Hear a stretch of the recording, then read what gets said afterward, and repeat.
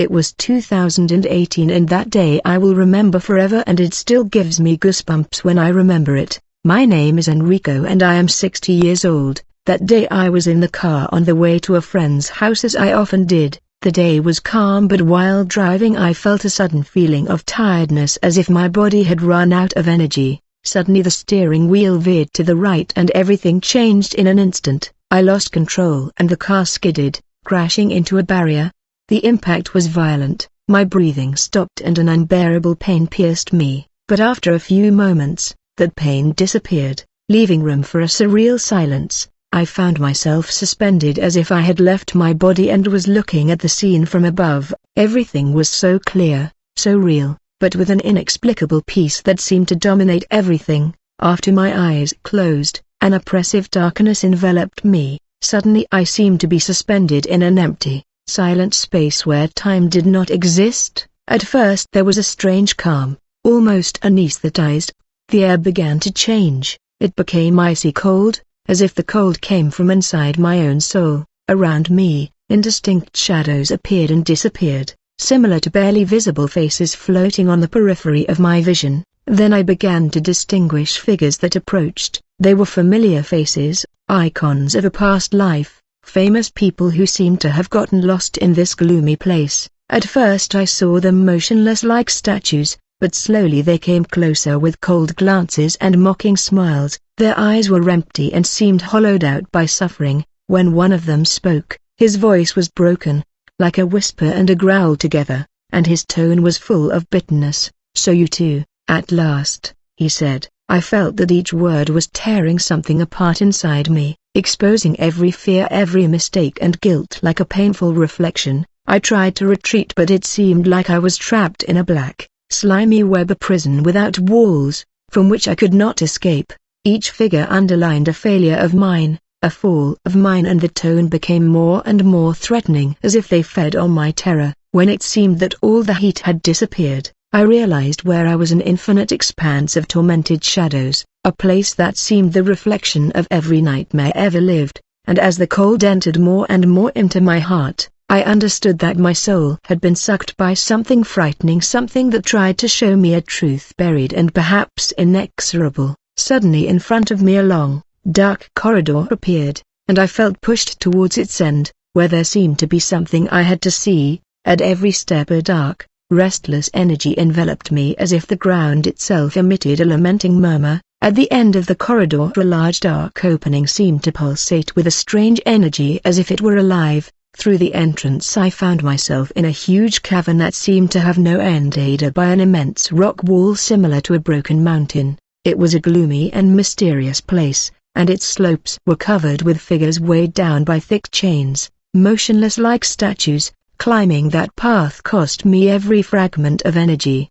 It was as if each step consumed a part of my soul, emptying. I would never have thought to see a woman with refined features but with a desperate look. She was sitting on a peak, solitary, surrounded by emptiness. She had the same elegant charm of someone who belonged to another era, someone whom the world had loved and admired. She was an iconic figure called Princess Diana, but here she seemed a faded shadow of her former glory. Her face, although recognizable, was marked by suffering. In her eyes there was a deep fatigue, like that of someone who is a prisoner of an infinite loneliness. I approached her, and for a moment her eyes fell on me, trying to express a sadness that had no words. She whispered something to me, her voice cracked by an indescribable pain. Her gaze seemed to implore understanding, but also a story of torments that I could not explain. And as I continued looking at her, I understood that the suffering in that place was something that could not be avoided or explained.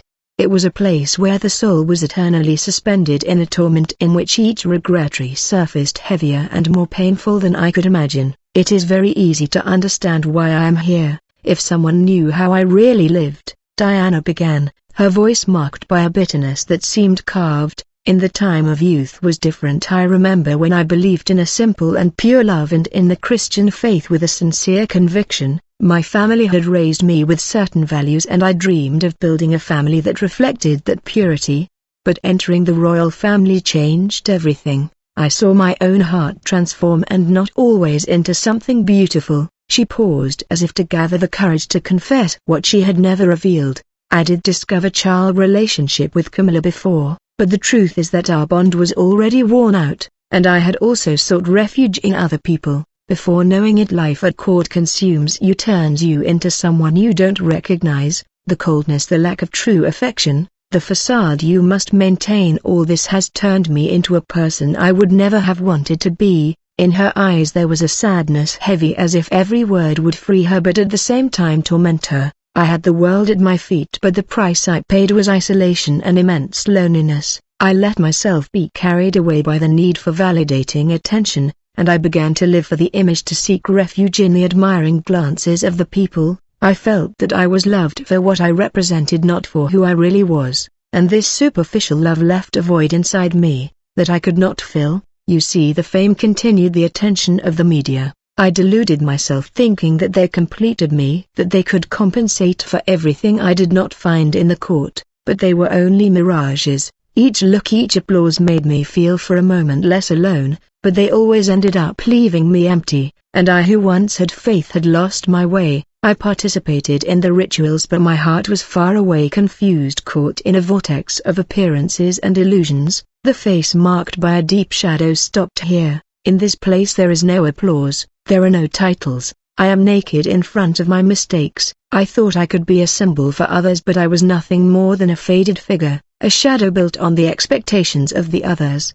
The love I sought outside gave me nothing true, and now I feel all the weight of the decisions that took me away from what matters. With a distant look and a sigh she concluded, I sought the adoration of the world, but I ended up losing my soul. I walked away from everything I believed in, and I understood it too late, how much I had let myself be blinded by the ephemeral splendor. Now I am here, prisoner of my illusions and my regrets, with nothing more to offer myself. Continuing down the dark path, I felt the weight of darkness increase around me.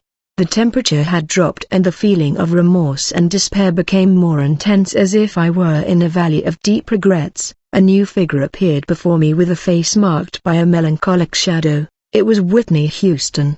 Her presence was impregnated with a sadness so deep that it seemed almost palpable, as if the echo of her voice still vibrated in that desolate place. Whitney looked at me with a fragile expression, her eyes still bright but burdened by pain. People knew me by my voice, by my strength on stage. Her voice began a whisper impregnated with regret, but inside me there was a silent battle, a pain that I could not smother. I tried to fill that void with fame, with applause, but nothing was enough. I was sucked dry by my own demons and by the people who fed on my fragility. Here I am forced to feel every echo of that fame like an endless void. My own successes seem to laugh at me now, leaving me with a feeling of loneliness that not even my voice can fill. As I looked at her, it was as if her successes, her glory and her pain were intertwined in an eternal torment. Whitney had been trapped between the desire to be loved and the destructive spiral into which she had fallen. It was a tragic reflection of a talent devoured by fame, destined to revive her own regrets. Shortly after, I heard an unusual noise, a rhythmic sound that sounded like a distant drum but slow and disturbing. In front of me, another tall figure appeared, wrapped in an aura of mystery and melancholy. It was Michael Jackson, his face marked by a torment that seemed endless. He looked at me with eyes full of sadness, his face marked by a mask of emotions difficult to interpret. "I have been revered by millions," said his voice, an almost broken whisper. "But I have lived a life of loneliness. All what I wanted was to regain my innocence, to feel free of all that weight. I tried to reinvent myself, to escape from my own image, but in the end I was a prisoner of the world that adored me." He paused, his eyes distant, then continued, "Here I can't escape the reality of what I have been. My soul is trapped in an endless cycle, steeped in expectations and judgments. I have suffered, and sometimes encouraged. I am forced to relive each step, each attempt to escape from myself, knowing there is no way out." Michael Jackson, he seemed like a soul in the balance between light and shadow, a man torn between his public image and his private vulnerability, destined to be swallowed by the void he had tried to fill in. I saw further in the shadow a silent figure watched me with a deep and intense gaze. It was Chadwick Boseman. His face calm but marked by a deep awareness unlike the others. Chadwick seemed immersed in a melancholic stillness, as if he understood the weight of the place he was in but faced it with dignity. "I tried to give meaning to my life, to leave something good," said his voice, calm but vibrant with emotion. "I strove to be an example to inspire those who looked at me, but I also knew the shadow of pride and vanity. Sometimes I gave too much value to my image, to the expectations of others, trying to be perfect in life. I dedicated myself to a cause, to a hope for the future, but I neglected to face some demons inside me." The gaze stopped still, directed to the void. "Now here I feel the weight of each moment, when I allowed the image to prevail over the person. Each time I wore a mask so as not to show my vulnerability. My regret is not having lived fully, always driven by the urgency to leave a legacy. But here too I understand that the true legacy is not in what is left but in what is really, and in that sense I fear having failed in something fundamental." Chadwick seemed to carry a more peaceful torment, an internal reflection that kept him tied to that place. He was a soul aware of his own fragility and the weight of fame, destined to reflect for eternity on the decisions he had made. "After having lived this journey through the darkness, I feel that I have something to say that cannot remain silent. Every face I have met, every story that has been whispered to me has become a piece of my own soul, a reflection of what could happen to each one of us, if we are not careful about the path we choose. Whitney showed me how much we can be prisoners of what we desperately seek in others. Michael reminded me that running away from ourselves only leaves us further from peace. And Chadwick taught me that as much as we may aspire to be heroes to the world, we are vulnerable and sometimes fragile inside. They all lived great and intense lives, but each got lost in one way or another, in loneliness, in the need for approval, in sacrificing themselves. In the end I believe the true trap is not suffering or weakness, is never having the strength to face them.